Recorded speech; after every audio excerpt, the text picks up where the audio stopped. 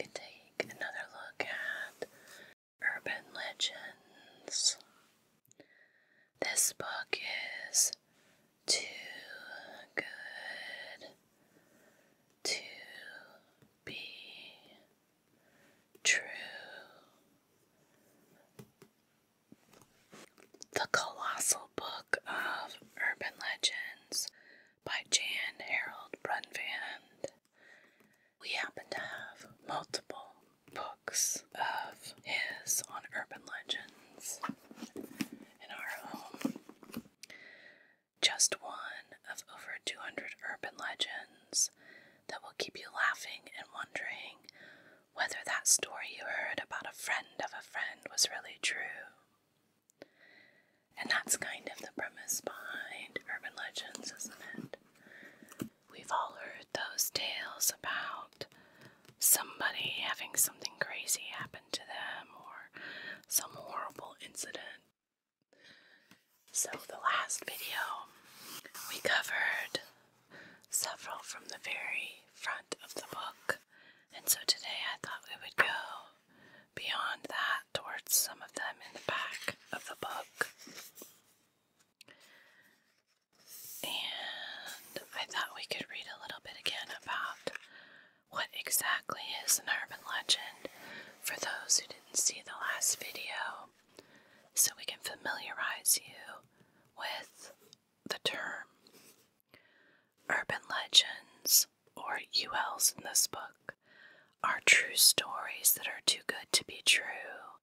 These popular fables describe presumably real, though odd, events that happen to a friend of a friend, and they're usually told by credible persons, narrating them in a believable style because they do believe them. The setting and actions in urban legends are realistic and familiar. Homes, offices, hotels, shopping malls, freeways, etc. And the human character in urban legends are quite ordinary people. However, the bizarre, comic, or horrifying incidents that occur to these people go one step too far to be believable.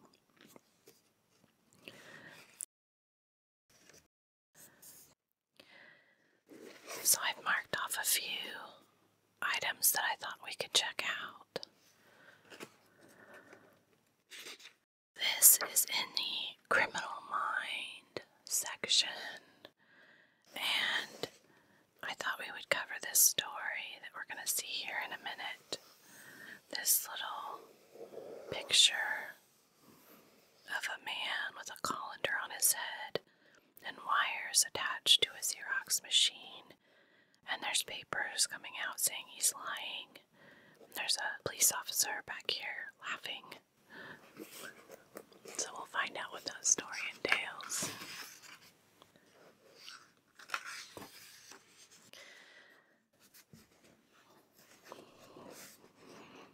Police Secrets from the Vancouver, British Columbia, Sunday, May 13th, 1995. At a journalism conference in California last year, a reporter told a story about how he had been net surfing in the state online system and found a police map with certain addresses highlighted. He thought it was a map of murder scenes, so he started visiting the places pinpointed on the map. Guess what? It was a map of all the donut shops in the county. The colander copier caper. We don't know if this qualifies to be included in our Dumb Crooks series, but you would think by now that anyone over 12 would know the difference between a Xerox machine and a lie detector. This is the scenario as it unfolded recently in the courtroom of Bucks County Court Judge Isaac Garb. A small police department in the county took a man into custody on suspicion of a crime, and police asked the suspect if he was willing to take a lie detector test. The subject agreed, and the police led him to a Xerox machine, in which the police had already inserted a typewritten card that read, "He's lying." After seating the man next to the machine, the police placed a metal colander on his head and attached some wires to it. Then he was interrogated. the suspect gave an answer the police didn't like. They pushed the copy button on the Xerox and ka-ching, out would come the message, he's lying. Finally, the police got a full confession from the suspect, who obviously believed that he couldn't beat the machine. Judge Garb, of course, suppressed the confession because of the manner in which it was obtained, but he did get a good laugh out of it. It's the sort of comic relief you need around here once in a while, he says. That police department will no doubt abandon its practice of using a Xerox machine to extract confessions. However, there's always the Mr. Coffee machine. May 10th, 1993. Dear Mr. Brunvand, I'm pleased to report that I am alive and extant and continuing to strive to be a legend in my own time. I can confirm the veracity of the Colander polygraph lie detector. It occurred in Warminster Township, Bucks County, Pennsylvania, where the police had arrested an individual suspected of a crime. When he denied his culpability, he was offered the opportunity of a polygraph examination. He accepted, but they did not have a lie detector machine. Not lacking in ingenuity, they then caused the legend, "You lied," on a piece of Xerox paper and put it into the Xerox machine unbeknownst to the accused. Then they placed a colander on his head and attached it to the Xerox machine by cable and alligator clamps. They then asked him an incriminating question, to which he responded in such a way as to exculpate himself. They then activated the machine and the paper came out with the legend, "You lied." When confronted with that, the accused confessed all. The matter came before me in court on a motion to suppress the confession. I hope the foregoing satisfies your curiosity and quiets the skeptics among us. Very truly yours, Isaac S. Garb. First is the earliest published account of this incident that I have found. It comes from a column by Clark de Leon of the Philadelphia Inquirer, July 27, 1977. Judge Garb's letter was sent from the Court of Common Pleas of Bucks County, 7th Judicial District, Doylestown, Pennsylvania. Well might the good judge feel like a legend in his own time, since this is one of the most often repeated stories from the world of law enforcement. In my 1993 book, The Baby Train, I quote or summarize versions of the Colander copier caper from 4 individuals and from 7 published sources dated from 1977 to 1992. Most accounts do not name Judge Garb specifically, and many of them claim that the incident happened in the town of Radnor in Delaware County, Pennsylvania. The chief of police in Radnor Township denied the incident in a 1990 letter quoted in my earlier book. I regard this caper as a prank well known to American policemen, which has made its way to a court of law at least once. For those wishing to pursue the story, here are 5 further references I have found to it. Chic Magazine, June 1978, A Cop's Eye View of Barney Miller. TV Guide, March 21st, 1981.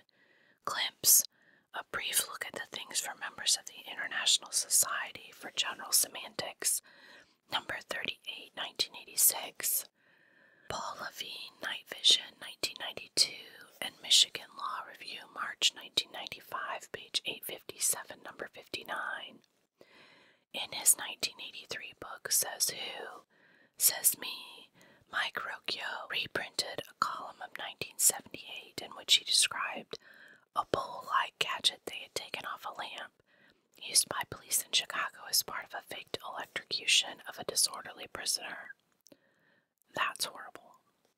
I've also heard of police wrapping the spiral cord of the squad car microphone around a suspect's arm while questioning him. Then they randomly key in the microphone, causing a red light to blink on the console, telling the suspect that these flashes indicate when he's lying. Most of the police officers who sent me these stories insisted that some of the people they have had to arrest were actually dumb enough to fall for such tricks. None of the writers claimed that they themselves had ever used them. Well, you'll never find anyone that says they did it right. Alright, let's move on to the next one.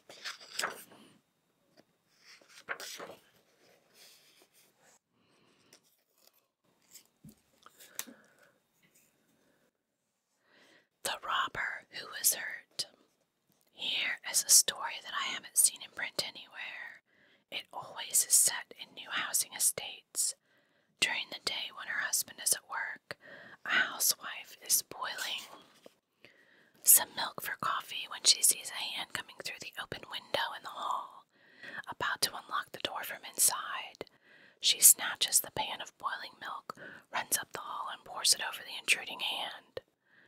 Very shaken, she waits a few minutes and then goes next door to her neighbors for comfort. At her neighbor's house, the neighbor's husband is in the act of bandaging his badly burned hand. Oops, caught with your hand in the cookie jar. So here we have the illustration, and it's a lady at the stove with a pan. Then she sees a hand coming through the window and her purse is on this table.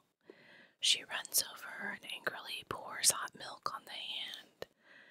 And of course there's lots of marked out swear words from the intruding person. And she's covered her mouth like, oh my gosh, I can't believe that happened. Then she goes next door to her neighbor's house, and in the background is the husband with his hand all wrapped up from a terrible burn. Coincidence? I think not. Sent to me in June 1983 by Roger Millington of Kingston, Surrey, England. This is a well-known legend in Great Britain, with the intended victim sometimes burning the attempted intruder with a hot poker or an iron. This modern urban legend is an updating of older traditional stories, such as the fairy tale called The Clever Maid at Home Kills the Robbers, and the legend The Witch Who Was Hurt. In the latter, a witch is able to take the form of an animal, usually a black dog or a cat, of course, when attacking a victim. After the animal is wounded in its paw, the witch is unmasked the next day when she shows up in the village with a bandaged hand. Only a few versions of the robber who was hurt has been collected in the United States. So I guess that one is out of Great Britain. Let's see which one of these is close to being next. This one. The Trained Professor. There's an ancient legend that's been showing up in college classrooms for at least 20 years. According to the story, a group of psychology students was being lectured on the principle of positive reinforcement. The lecturer was boring, so to relieve the tedium, the students concocted a scheme whereby they would all look up and smile whenever the instructor spoke from the left-hand side of the room. According to another version, by the end of the semester they had trained him to lecture with one hand stuck into his coat, a la Napoleon Bonaparte, speaking in terse, clipped sentences. I heard the Trained Professor story from our psychology teacher in Psych 101 at Princeton sometime between 1963 and 1967. He said it was true. The behavior induced was lecturing from one side of the platform. Several of us in his class decided to test his hypothesis, and we succeeded in inducing the same behavior from him within about 2 weeks. In 1978, while I was a teaching assistant in the English department at California State University, Sacramento, a group of us decided to condition our seminar instructor.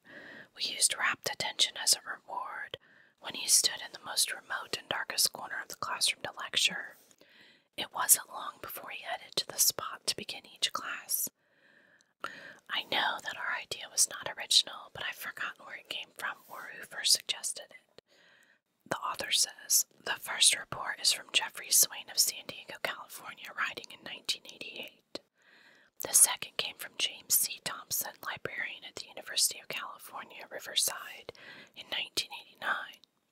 The third came from Meredith A. Wilson of Solano Community College in Tucson, California, in 1990.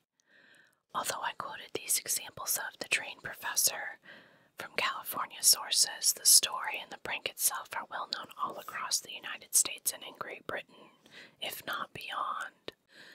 A report on an actual experiment of this kind published in Teaching of Psychology, Volume 15, Number 3, October 1988, commented, anecdotes about groups of students conditioning their professors as a practical joke are legion. The induced behavior, according to the stories, may include lecturing while standing on a desk, was based on a technique that B.F. Skinner, the father of behavioralism, called operant behavior. The underlying principle, often demonstrated in animal experiments, particularly using pigeons, is that any behavior followed by reinforcing stimuli, such as food or praise, is more likely to occur again. Skinner, who died in 1990, not only developed techniques for animal behavior modification, he also claimed to have applied the system to a human subject, specifically to a rival psychologist who was conducting a seminar. Skinner's story, often repeated or paraphrased in lectures and in published sources, is the likely basis of the campus pranks and legends. 2 reviews of trained professor legends and the psychology underlying them appeared in FOAF Tail News, numbers 21 and 24, March and December 1991, respectively. In her 1975 book on animal behavior, Lads Before the Wind, Karen Pryor recounts Skinner's version of the rival training episode and quotes the following story about Skinner, as told in 1966 by his daughter Deborah. 2 of his students decided to shape a piece of behavior in their roommate by giving or withholding smiling and approval. They succeeded so well that they could elicit the behavior of standing on a chair and doing a little dance at will. Excited by success, they invited Skinner to coffee in their room one night and showed him the poor roommate, climbing in all innocence onto a chair and shuffling about. Very interesting, says Skinner, but what does it tell us about pigeons? If that doesn't sound like a professor, I don't know what does. This one is Strays from the Wild Kingdom.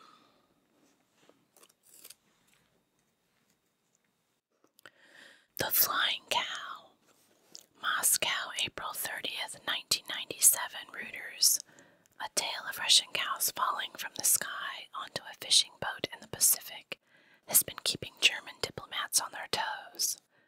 But the story, reported by German embassy in Moscow to the Foreign Ministry in Bonn, and made public by a German newspaper, bears all the hallmarks of an urban legend, a fantasy told and retold until it gains an air of authenticity. It goes like this. Several weeks ago, Russian rescue workers picked some Japanese fishermen out of the sea and detained them after they claimed their vessel had sunk after being hit by a cow. Investigations by Russian authorities then uncovered a bizarre crime story involving Russian soldiers and airborne cattle rustling, the Daily Hamburger Morgan Post wrote. Members of the Russian forces stole a couple of cows and transported them in a plane. During the flight, the cattle got out of control. The crew felt forced to throw the cows out in order to avoid a crash, the paper wrote, quoting from an official embassy dispatch. Sources in the German embassy told Reuters that there had indeed been such a wire, and indeed the quotes were authentic. So far, no clear source has emerged for the story, and some people say it sounds very similar to an episode in a popular recent Russian film called, I'm not going to try and pronounce the Russian version, Peculiarities of the National Hunt. The film, also one of Russia's best-selling videos, depicts hunters stealing a cow and hiding it in a military jet. Some 6 months ago, the Moscow Komsomolskaya Pravda, inspired by the film, wrote a short report involving cows and planes in its column, Baki, one of the paper journalists told Reuters. Baki translates as invented stories and covers yarns like the one about baby crocodiles flushed down toilets into the sewage system where they grow before creeping back into flats and houses. Russians say the cow story even predates the film as a long-standing joke in which a Russian fisherman explains the loss of his boat with the falling cow yarn. The joke ends with the communist authorities clearly not amused, sending the fisherman to a psychiatric hospital. In early April, the story of the falling cows popped up on the Internet Global Computer Network. A news story, bylined Susan Hole, forwarded to me as email, thus continuing the transmission of the story via print, broadcast, and now electronic media. This Reuters Reuters story goes on to trace the passage of the story out of Russia via German and American embassy personnel and eventually to the Western press. The story concludes with a quotation by a spokesman from the Russian Defense Ministry. This is sheer nonsense. Not a single word is true. Reuters, incidentally, often distributes stories of this kind, reporting bizarre incidents that supposedly occurred abroad. The older joke version of the flying cow story appeared in a Moscow news column in the June 1st through 7th, 1990 issue. I discussed this one as well as versions from Great Britain in The Baby Train. In the June 1997 issue of Alaska's Fisherman's Journal, the story was repeated again, with the disclaimer that we cannot verify the accuracy of the following story, but we are compelled to pass it along because it's too weird and wonderful to bury. This publication's source was an individual who found it on the internet. Granted, the flying cow is pretty far from its roots as oral folklore, and a cow is not exactly wildlife, but the story is too weird and wonderful not to include in this chapter. Besides, the Reuters story calls it an urban legend, and Reuters wouldn't lie, would they? Of course not. Let's see what's next.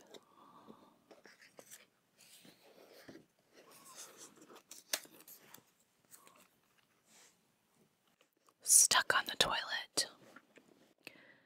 This story was told to me many years ago by a friend of mine who said his father, a physician, was present at the hospital in California where it happened. A young doctor had the day off and a pair of tickets to a concert.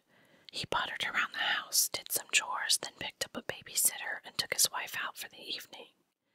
During the intermission, they called home to check on things. There being no answer, they hurried back. Dashing into the house, they called the babysitter's name and heard her respond from the bathroom. There, they found her stuck tight to the toilet seat, which the doctor had revarnished that morning. Well, must have been a wooden toilet seat, huh? Unable to free her, they unbolted the seat, covered the girl with a blanket, and took her to the hospital emergency room. But even the specialists there were unable to detach the seat from the sitter. When all else failed, they put the poor girl on her hands and knees on an examination table and began to use a scalpel to slice away the varnish just a micron away from her skin. As word of this strange predicament spread among the hospital staff, the emergency room attracted a crowd of doctors and interns. At this point, the chief of staff, who was making his rounds, walked in. An intern standing next to him, trying to act nonchalant, asked the chief, "Have you ever seen anything like that?" The chief replied, "Yes, many times, but never with a frame around it." Oh my goodness. Sent to me in 1989 by Cliff Thompson of Gahanna, Ohio. The punchline here, a feature more typical of a joke than a legend, is a sure sign of the farcical nature of this story. In other versions, injuries are multiplied when the doctor sits on the edge of the bathtub while trying to free the girl, slips, and either breaks a limb or suffers a concussion. Sometimes his accident is caused by his uncontrollable laughter, and occasionally laughing paramedics enter the scene. Another contemporary stuck on the toilet story describes a very large passenger who becomes stuck fast onto the plastic seat of a toilet on a cruise ship or an airliner. There's some evidence that such accidents have actually occurred, although most retellings are strongly influenced by the stuck toilet urban legends. These modern legends, in turn, may derive from older folk stories that describe people becoming stuck to chamber pots. Oh, how lovely.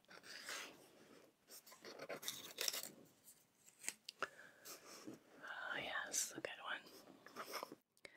The exploding bra. This happened around 1960 to my aunt, who was at that time a very glamorous young lady. She wore a platinum beehive hairdo, gold spike heels, capri pants, and she wore an article of underclothing I've actually seen, an inflatable bra.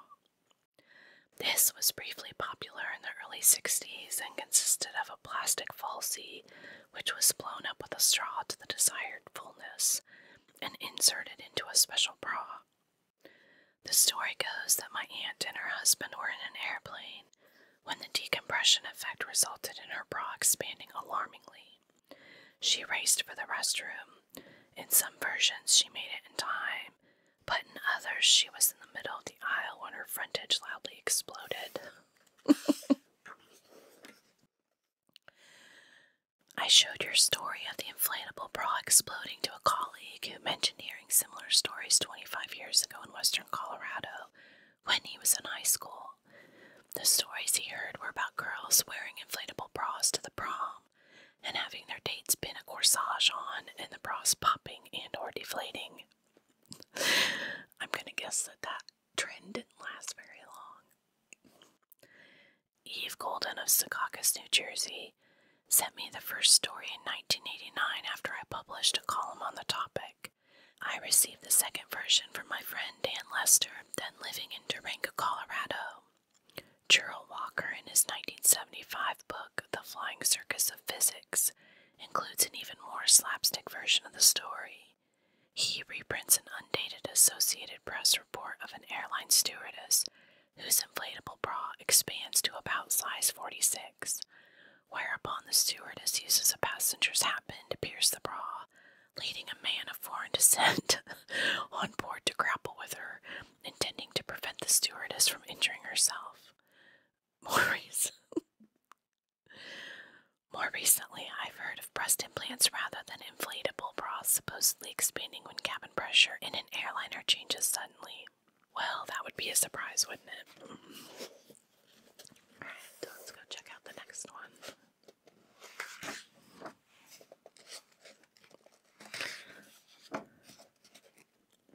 Switched campus buildings. I heard this story when I was a student at the University of Virginia in Charlottesville.